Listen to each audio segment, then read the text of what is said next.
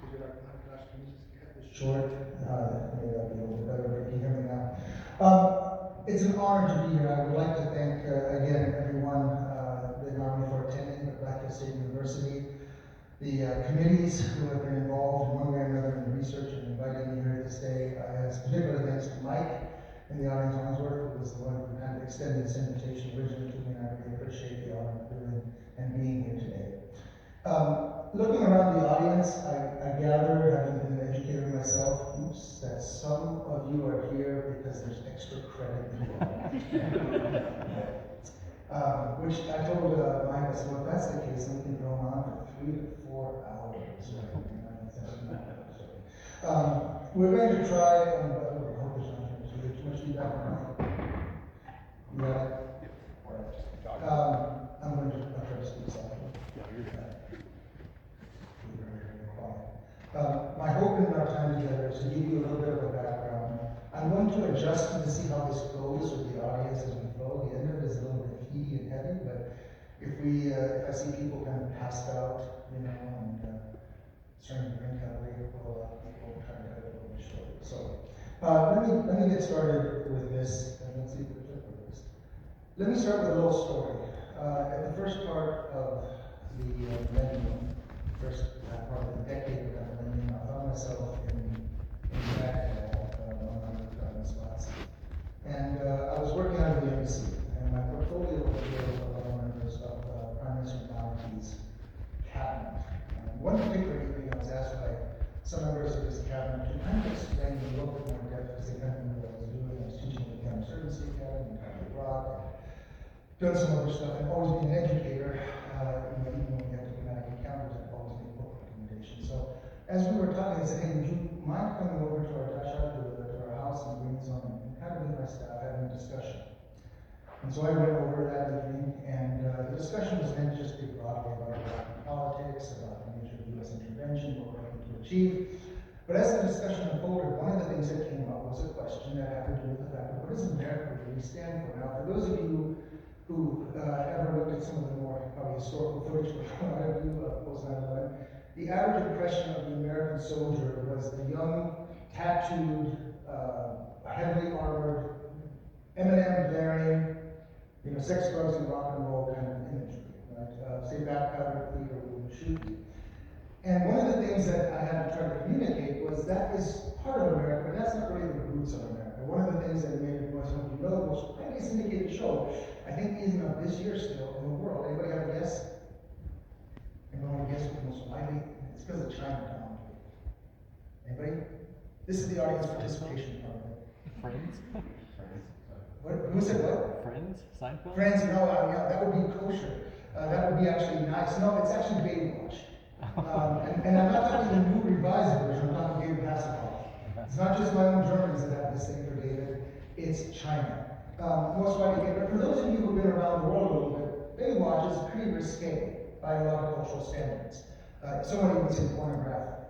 So here I am having this conversation with devout Muslims who are part of the Maliki, again, the Shia government. Mostly of them were Shia, there was one Sunni involved in one conversation.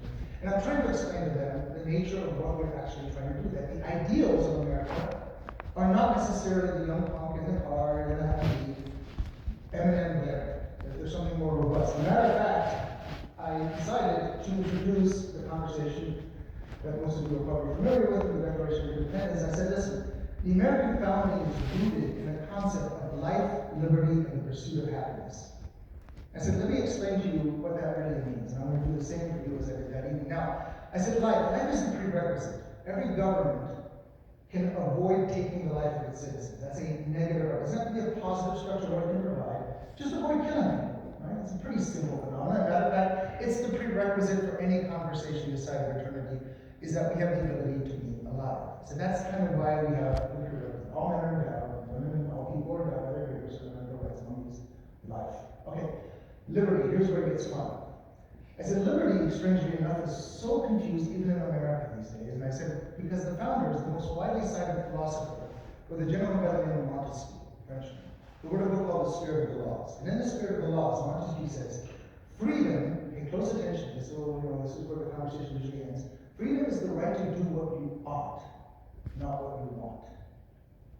Freedom is the right to do what we ought, not what we want.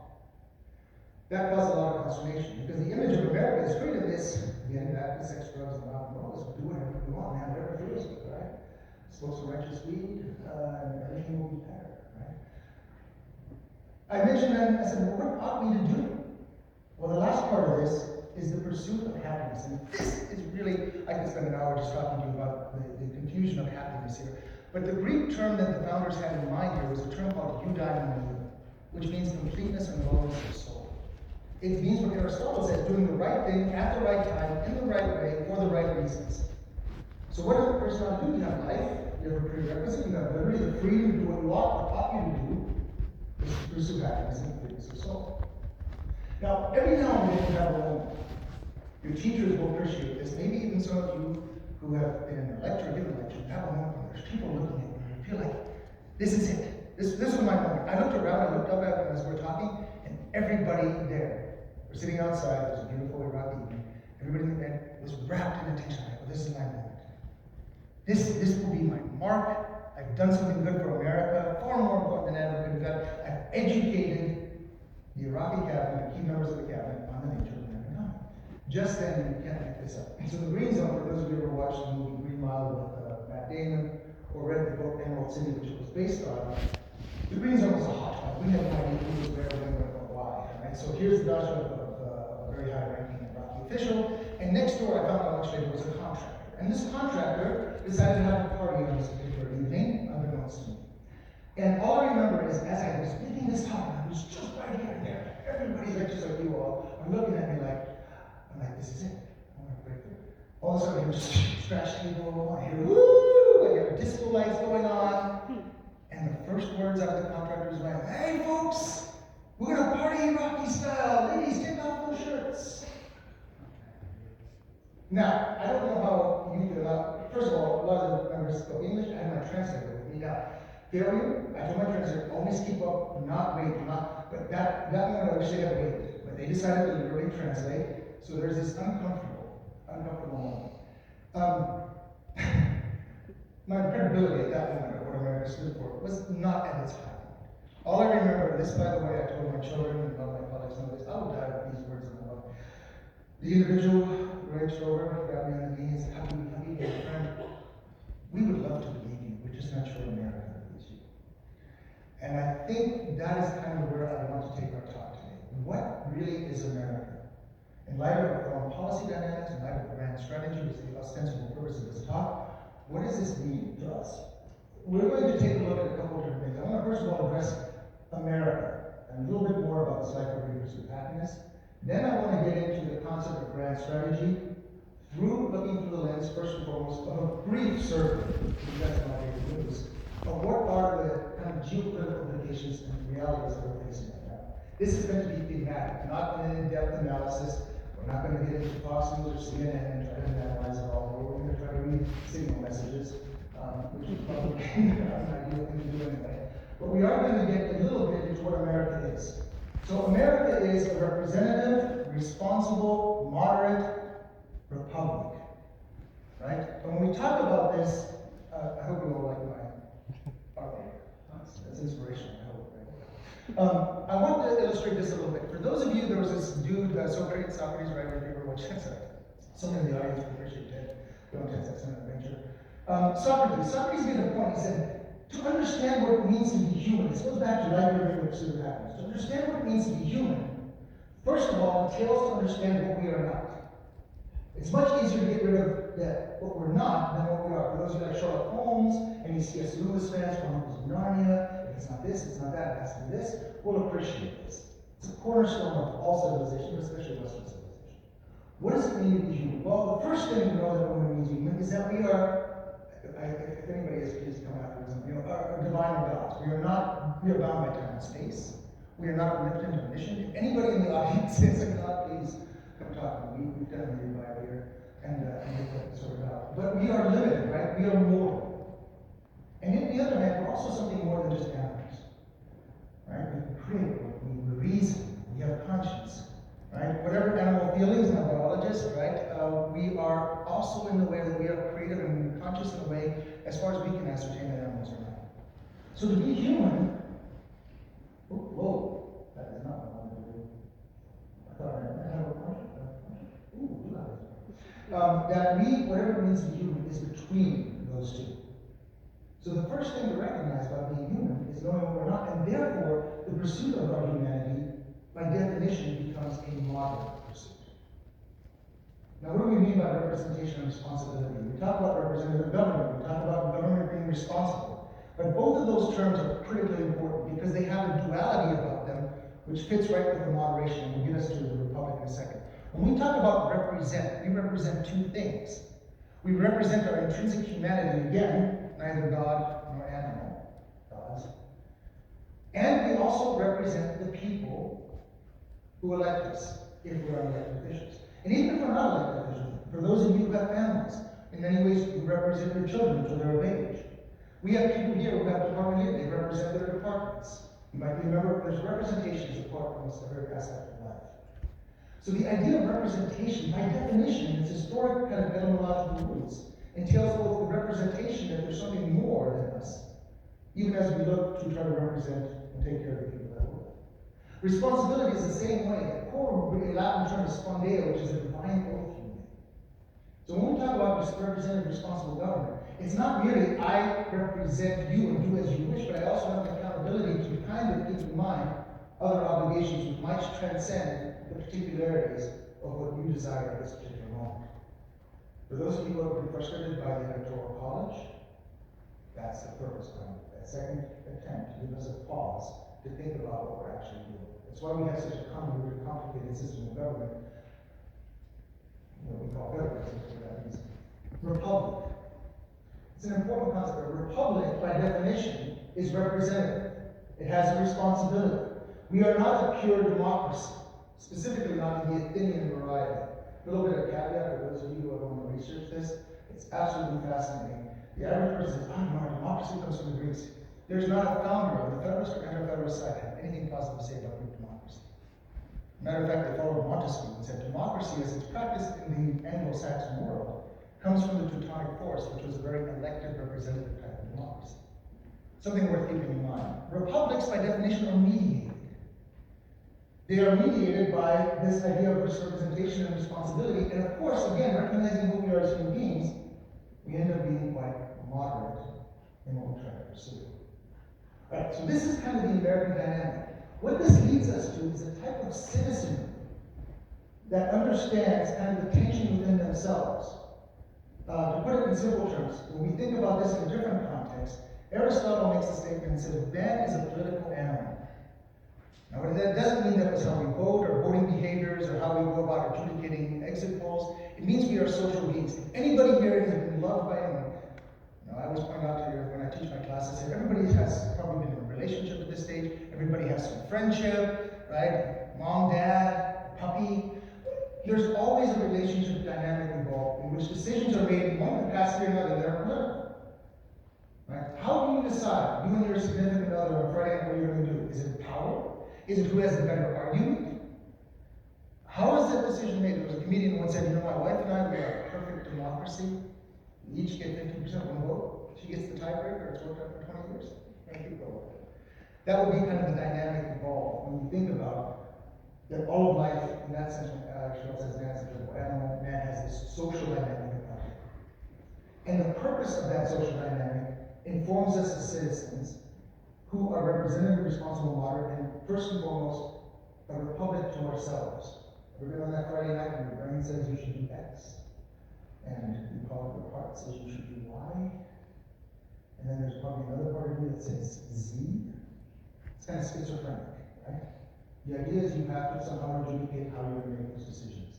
And American government, going back to the ethos, the first principle of Republican government, going all the way back to Plato, in his book on the Republic, it's not about government first and foremost, it's about the Republic of your own soul. How do you take your mind and your spirit and your appetites and bring them into harmony with each other? All right, all that's kind of way back. We've beaten lots of words. There's a reason. At the end of this, there's going to be a little test. I don't have too many wordy slides, but there's going to be a few, and I'm going to indicate why at the end that these are important. Publius, and the guys at Federalist 55, makes this statement. He says, no offices, therefore, can be dealt to existing members, but such Oops, ah, well, that didn't work. Excuse me. Wrong button.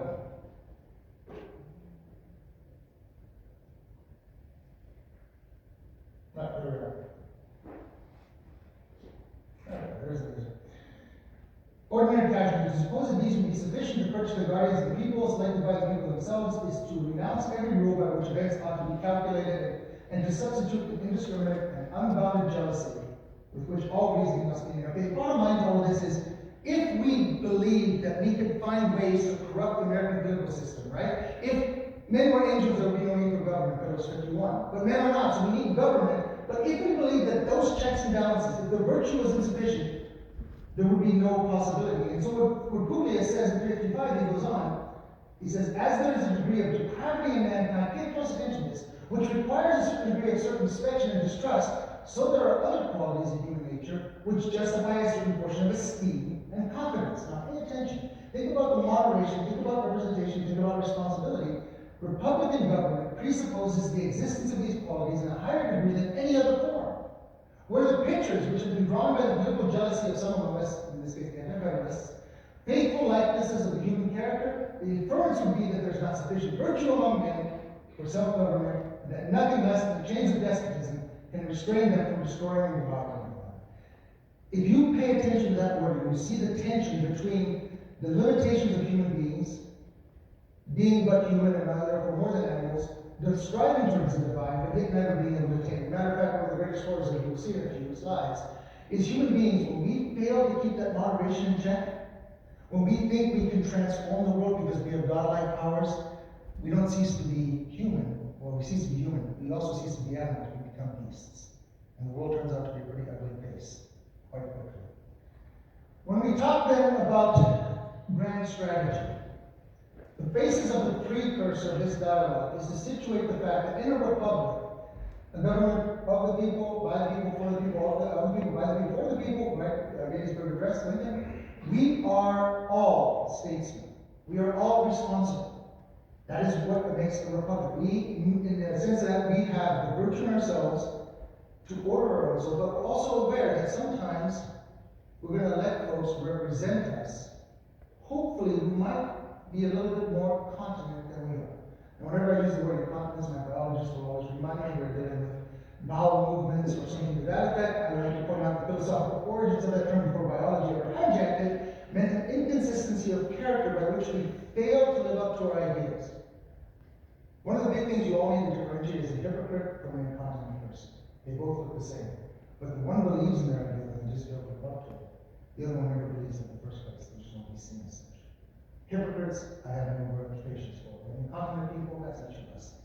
Unless again we have a bottom on this, which case, please come up back with the topic.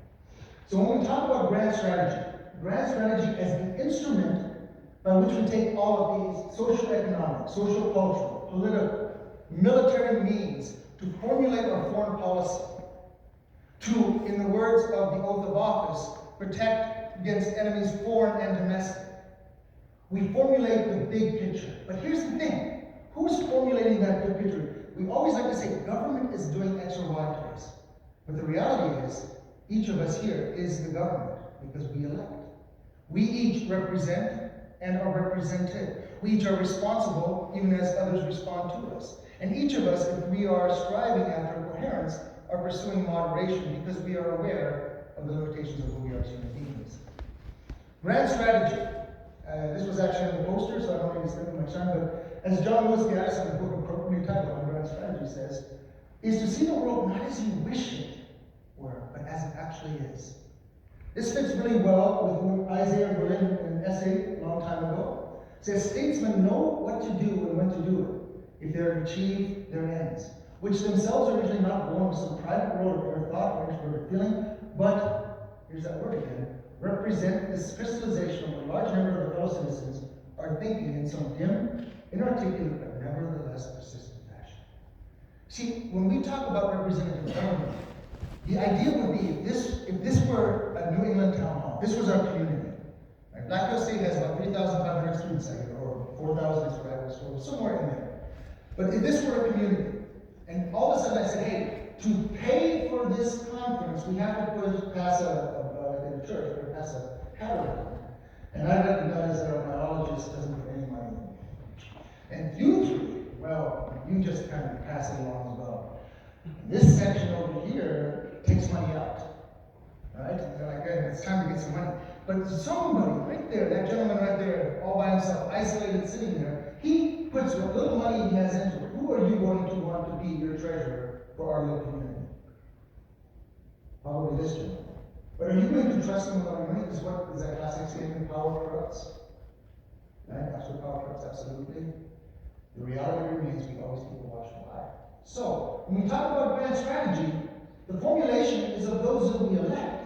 But we need to be attuned enough and aware enough of what's going on so that the people we elect represent us, but also represent our vision of what needs to be accomplished. Brings me up to the geopolitical realities. What I want to do it briefly is go through the geopolitical realities before we turn to the question of how we respond to them. When we talk about current conflicts, we talk about geopolitical military engagements. We have the war in Ukraine, obviously, I think everybody's seen that in the news. We talk more about China or Sino-American relationships. We talk about the nature of trade wars. We also talk about the fact of kind of another arms race. And then, of course, we have the Middle East, which has been a problem that's gone away, and it's going to persist into the foreseeable future, however defined. Not only are the religious divisions and the tribal divisions and cultural divisions, it is a complex part of the world. I would like to point out, for those of you who ever think about it, the space was called Eustor in Transoxania, from roughly Turkey all the way to China. It's kind of, if you look at the geography, it's kind of a part of it. I mean, if you think about it, America was unknown from most of human history. And it's also a little bit of an oddity that a small peninsula known as Europe, of the Asian landmass, has dominated global politics for as long as it has. It's worth keeping in mind the tensions of this world. And we'll explain a little more why the regional nature of some of these things can blow up. When we talk then next, we talk from the standpoint of economic warfare and world trade. The first kind of just as a visual representation of trade networks. The second kind of shows you in no great depth. And again, this presentation is not meant to go into the depth of the numbers. But if you look at this, you recognize when somebody says, what is an American company versus what is a global company? When it says produced in America, it's really difficult to find all products that go into the components being made in America. So we talk about the stresses of geopolitics, we have warfare. Warfare we're going to get back to, but this is also a form of warfare. As a matter of fact, it can lead to warfare, and far more variety. When economics are into, right, all of a sudden people's livelihoods at stake. Climate change. Whether you are for or against, the reality is the environment plays a part in our calculation, as do pandemics. We just went through the COVID-19 pandemic as an example. Right? There are great concerns in that realm that when we talk about diseases, and given the nature of globalization and communication, these things have global outreach and global effects in a way they have not had before. This is what keeps me up at night. ABC, atomic, biological, chemical, also NBC, nuclear, biological, chemicals, and we're terming this. When we talk about this, this should give you pause, just from a mere number standpoint, that when we talk about the security market going from 18.2 billion to 29 projected, that's a roughly 5-6% growth rate annualized in a market. Now, what are we doing? When we go back to the COVID vaccine, as an example of this, for every vaccine, once you know how to fight a disease, you also have the ability to weaponize it. Right? And that's one of the kind of the grand chords you need to keep in mind. Why do I bring all this up? I'm going to pause here real brief to point out that these problems that we're discussing are no longer merely regional. Right? The 20th century, Paul Johnson, who wrote the book called Modern Times, illustrates the fact that when we think about the world as it is today, it's no longer that I have to just worry about somebody launching some diseased cows into my castle and trying to wipe me out. Any one of these things can destroy the planet quite easily. We'll get into a little bit more of that in a second. We talk next about cyber warfare. Cyber warfare and the ability to infrastructurally destroy and take out targets Whether it's your phishing attack on your local computer, identity theft on a global phenomena, is something that is only increasing, and it's increasing because of AI. Right now, we have, in some sensibility, this kind of idea of a generative AI model. But we're moving to agentic AI, in which now the ability for machines to think for themselves could actually result in machines programming machines. Full constructive AI. Now, we're not there yet, but I want to be clear. There is something here that needs to be kept in mind as far as a game changer in the way geopolitics is formulated. If you take all these threats together and possibilities, because every threat is also a possibility, every possibility is a threat, you get grand strategy. And grand strategy for America is formulated in the national security strategy. I picked the one from 2017 from the previous Trump administration because the current administration has not yet posted its new revised version, but I doubt it's going to be markedly different. The national security strategy feeds into two documents. One is the national defense strategy, and then, of course, the national military strategy. Without getting into the details of when they're formulated, be aware that these three documents together constitute America's grand strategy, specifically the national security strategy. If you look at those slides, though, you notice something. Of the three core documents that dictate our grand strategy, two of them focus on what? And this is that interactive portion. This is where it's almost like a class at this stage, right? I mean, you have the professor sitting up front, the buffer zone, everybody in the back, right? But trust me, I'm a backbencher. I'm back there sitting there, doing something else as well, or listening but doing nothing. Anyway, moral of the story is: what is the idea? What do you see here? What two documents? What is the theme that dominates these documents? We just went through an entire brief discussion of the various threats we face. What component is being addressed, and especially in the latter two? Military. Here's the horror. Why military? Okay, you and your friend had an argument on a Friday night. Okay, well, I wasn't trying to make it personal. If you argue with that person, most of the time, I hope violence doesn't ensue, because we live in a legal structure, and if violence were to ensue, police and other individuals would interfere. But on a global scale, there is no policing. Whatever you might think of the United Nations, whatever you might think of the criminal courts, we do not have an agreed upon authority on an international scale. That means when we cease talking and the issue remains, all we have to resort to is violence. My students always mention courage to me. I said, what would happen if you think about it? Now, this is a movie, I haven't seen it. The idea, I looked at it at this stage, if we were to abolish our government for 24 to 48 hours, when we try to talk about it either way, Federal Circuit one says, if men were angels, it would be no need for government. One of the key things that Federal says, all of politics is a reflection of human nature. And you have to get human nature right. And when students tell me, or when colleagues tell me, hey, look, I think the world is really kind of in place, we just make it awful. I said, perfect. Right? I don't know who's your chancellor? Who's the highest authority at Bachelor State University? President Elliott. President Elliott. The president says, folks, to show the beauty of Blackhill State University, whatever happens at Blackhill University, Friday night to Sunday night, will have no accountability.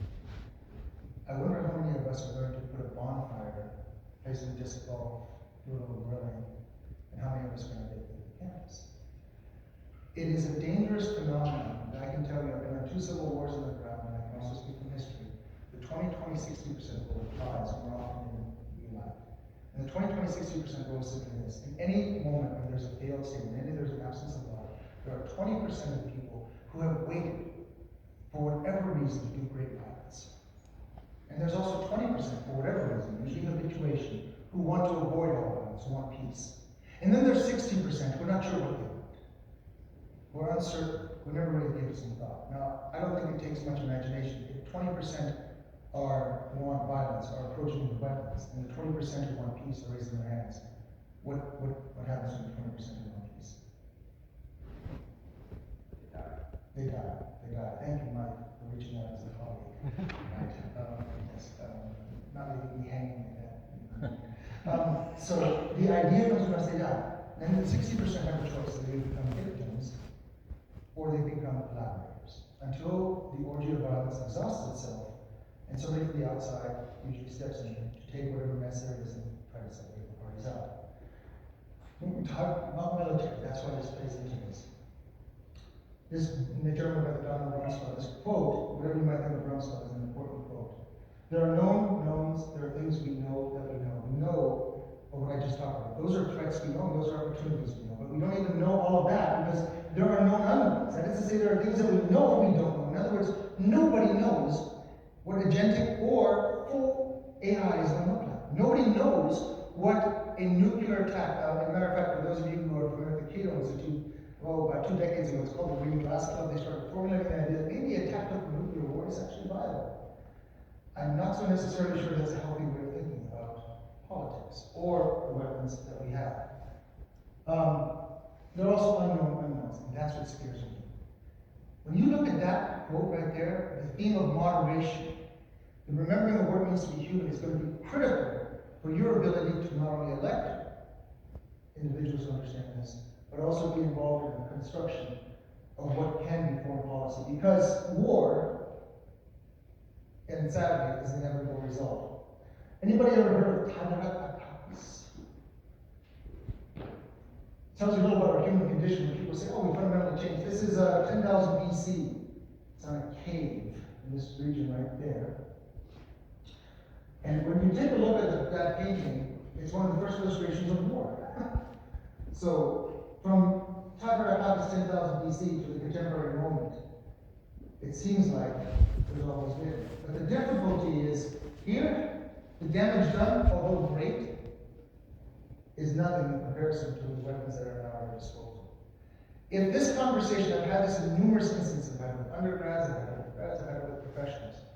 My argument to you all is, for those of you who are doing and enduring this, right, is to think through that, does this argument have some validity that if we are not careful, what will this planet look like? Because it won't take much for this to be quickly destroyed. When India and Pakistan first achieved nuclear weapons, I remember a conversation from a Pakistani general who said, we are okay if we have a nuclear war with India. For if they do, they will only destroy one nation of the problem, but we will eliminate most of the Hindus in this planet. We have to be very careful with language, we have to be very careful with our responsibility as the United States, because we remain, at this moment, still the focal actor on the world stage. Here's the sad reality. Of the past 3,400 years of humans have been entirely at peace for only 268, or just 8% of the recorded history. When we talk about this, the last century especially was particularly bloody. For those of you who don't remember, the war to end all wars, right? Kind of a biblical metaphor, right? How many points of light did Wilson carry to Versailles? Somebody said louder. 14, thank you. Oh, see, come on. I mean, we need some students who are undergrads who say this. 14 points of light, modeled off of the book of Revelation. It's a reality that we thought this was going to be, and you understand, the 20th century dawn, man has become rational, we have scientific means, we're going to find a way to make peace.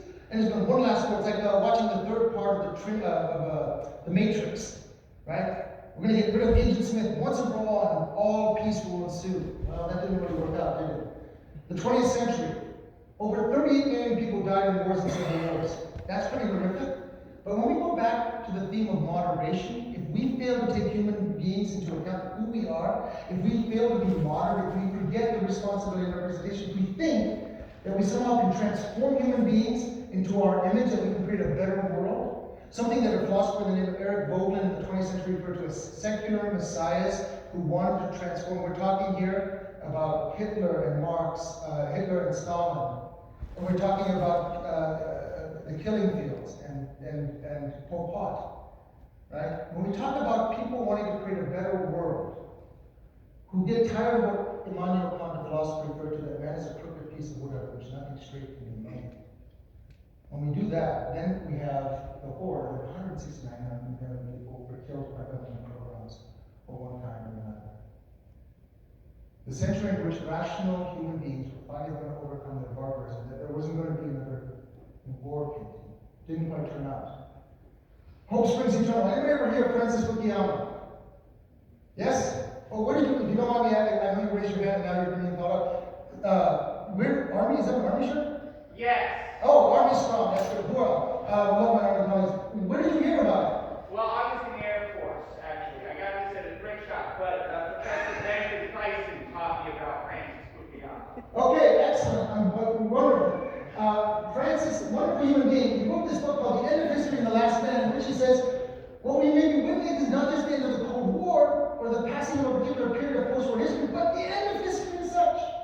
That is the end of quantum mankind's ideological evolution and the universalization of Western liberal democracy in the final form of government. Now, Francis has been rewriting this thesis a couple of times. Sadly, he's getting older too, and he's becoming a little bit more pessimistic. It's almost heartbreaking for me to see. But the reality remains that from the fall of the Berlin Wall in 1989 to 1990's first Gulf War and the 60-plus conflicts in the 1990s, all the way to September 11th, which then gave us this beautiful thing, War and Terror Explained. Guess what? It's an infinite loop because you can't fight a war on terror anymore. It's just not possible. To the present moment. When we look at the current conflicts raging in the world, this idea is not to be an eye chart that you memorize. The idea is only to give you a smattering that we are in a very violent planet still. When we do all of that, I like my man Einstein, when he says the release of atom power has changed everything except our way of thinking. I think this is an important point. Paul Johnson, I mentioned that book earlier, Modern Times. The 20th century has changed the nature of weapons. It's no longer merely something that we can contain. If we unleash any of these weapons on a global scale, it would be the end. A virus, COVID just gave us a small taste of that, right? Shut us down, even though, again, it could have been a lot more deadly, had it actually been a lot more contagious. The release of the atom power has changed everything except our way of thinking. The solution to this problem lies in the heart of mankind. If only I had known, I should have become a watchmaker. You know, that is kind of an interesting concept. Two things are infinite, the universe and Mr. Figure, and I'm not too sure about the universe. So warfare. Warfare seems to be a perennial problem. It means that the national instruments of power, when we talk about grand strategy, if we can't convince our interlocutors, our partners, let alone our potential opponents, of the prudence of finding a more moderate and sane world, all we are left with is war. You might have actually seen the fact that Plato's a tribute to this. I always like to point out, it's actually George something. I mean, I have no problem. We need Plato credit for everything. I don't know why it says all philosophy footnote to Plato. I can look at that. So, here's the problem. Right? That's not what we want. That's not what we need. Where does this leave us? To bring it back to the issue of statesmanship. A nation's interests drive its identity. National identity, national interest is predicated on who we are. What we do is predicated on who you are. I think most of you, if you're undergraduates, will appreciate the analogy on Friday evening. You and your friend sitting at whatever dorm, wherever. Again, I only want two. You guys do whatever, man. What about you? I have no idea, whatever. Two people, Friday night, whatever, nothing good happens. That's universal. Anywhere. So when we talk about this idea, who are you? Think about it this way. If you want to have a meaningful relationship just with another human being, sit down and say, what do I really want? Who am I? What applies to your personal relationships applies even on that same scale to global politics. Who are we as a people? Who are we as Americans? I'm not going to get into the present political landscape, but I will tell you it's a little bit troubling to me the number of times I hear references to civil war, to divides that cannot be breached, to fundamental disagreements. I give the analogy that the military has never had an instance where it's received countervailing orders. But I'm not going to go do the exercise I do at other institutions. I'm going to ask you this though. If the President of the United States said the military should do X, and the Speaker of the House would say, under a Democratic authorship, said, you should not, this is an unlawful order. You, the military, need to make the decision. That is the end. Because at that stage, every general will tell you a civil war ensues. Because now you've never had this happen. So that civil-military relationship, that importance of understanding who we are, it's critical. I will tell you this, republics are not the norm in history. They don't last very long. And the reason they don't last very long is because we, by definition, are immoderate souls. We want answers. The last thing you want to hear from me is, well, what's the answer? Oh, it's like a little this, it's a little that. Oh, you wishy-washy. You know, quit vacillating. Give me an answer. Well, no, this is the reality of where we need to stay. But it's very uncomfortable, very uncomfortable. And the result of that, we cater to one or the other. The result of that is we fail to live up to what E.H. By the way, for those of you who have never read this book, this is one of the best books on the cause of World War II. Any sound political thought must be based on elements of both utopia and reality. Where utopianism has become a hollow and intolerable sham which serves as a disguise for the interests of privilege, the realist performs an indispensable service in unmasking it. But pure realism can offer nothing but a naked struggle for power, which makes any kind of international society impossible. Having demolished the current utopia with forms of realism, we still need to build a new utopia of our own, which will one day fall to the same weapons. The human will continues to seek an escape from the logical consequences of realism and the vision of an international order, which as soon as it crystallizes itself in concrete political form, becomes tainted with self-interest and hypocrisy, and must once again be attacked with the instruments of realism. It's this tension. If you've been in love, how often do you tell the person you love, I love you? Is it, as the comedian says, I told my wife, I love her when we got married, if anything changes, I will let her know. Does that work? How many of us would enjoy that kind of dynamic? How often do we have to repeat these? Think about the rituals of our lives. Apart from the biological reality that we have to sleep, eat every day, and breathe every day, think about other things that we do. Whether it's of a religious or personal perspective, the habits that we have, the things we do, the meetings we have, the classes we go to.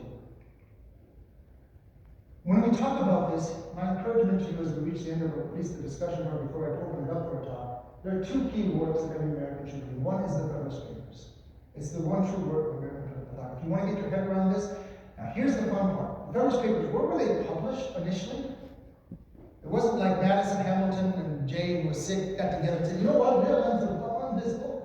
And we're going to torture undergraduates in introductory government courses for the next 200 to 300 years of American civilization. Where was this? Anybody know where it was published?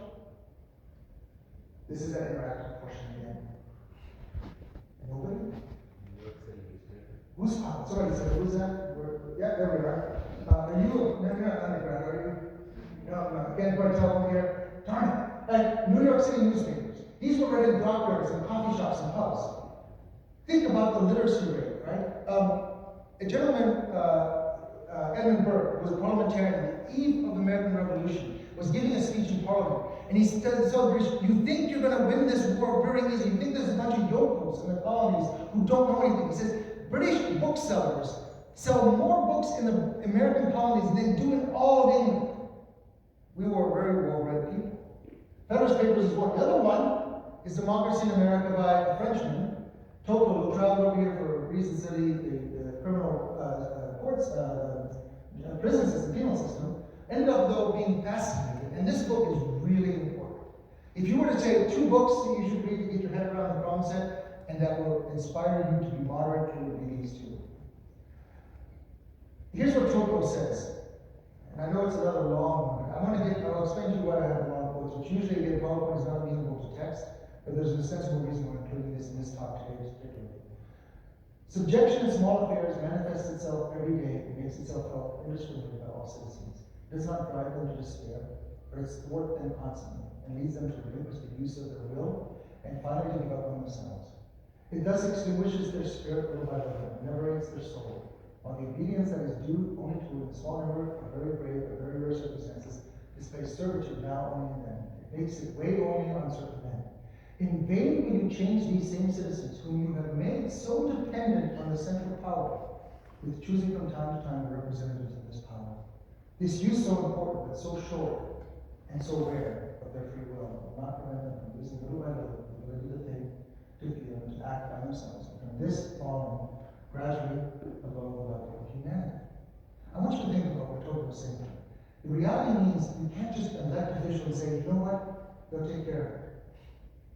Think about your classes. I would suspect most of your teachers would want you to actually read the text.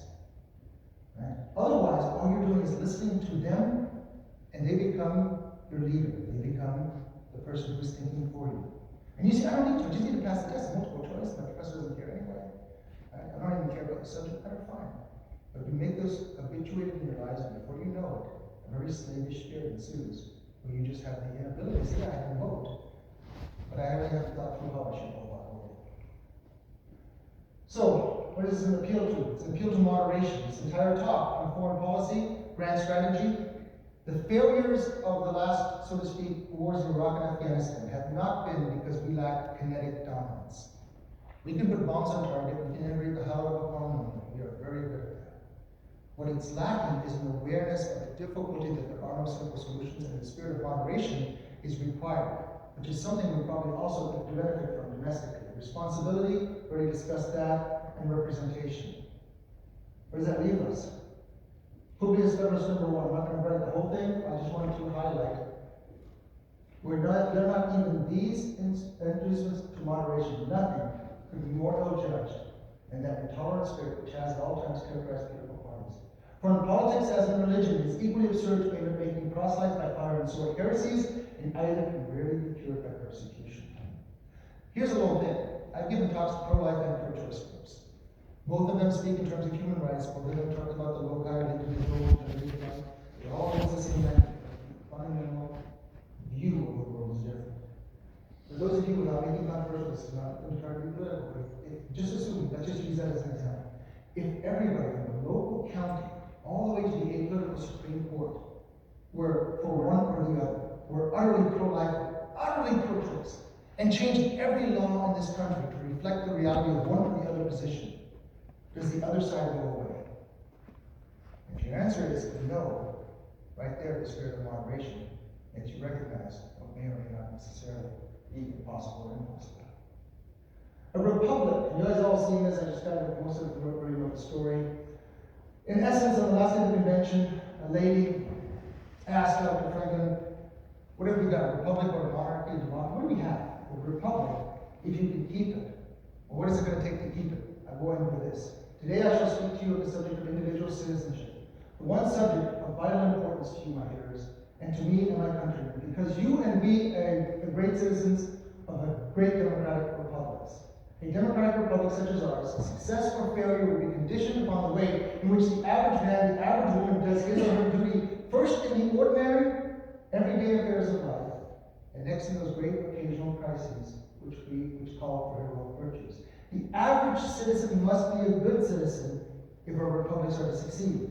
The stream will not permanently rise higher than the main source, and the main source of national power and national greatness is found in the average citizenship of the nation. Therefore, it behooves us to do our best to see that the standard of the average citizen is kept high, and the average cannot be kept high unless the standard of the leaders is very much higher.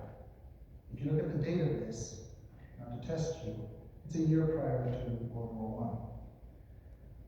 There's a concept that Hegel introduced, the owl of Minerva rises at dusk. Has anybody ever heard that or know what it means, or do you think you might know it? Then we take a shot at it. The owl of Minerva. Minerva is the Roman goddess of wisdom. So wisdom rises at dusk.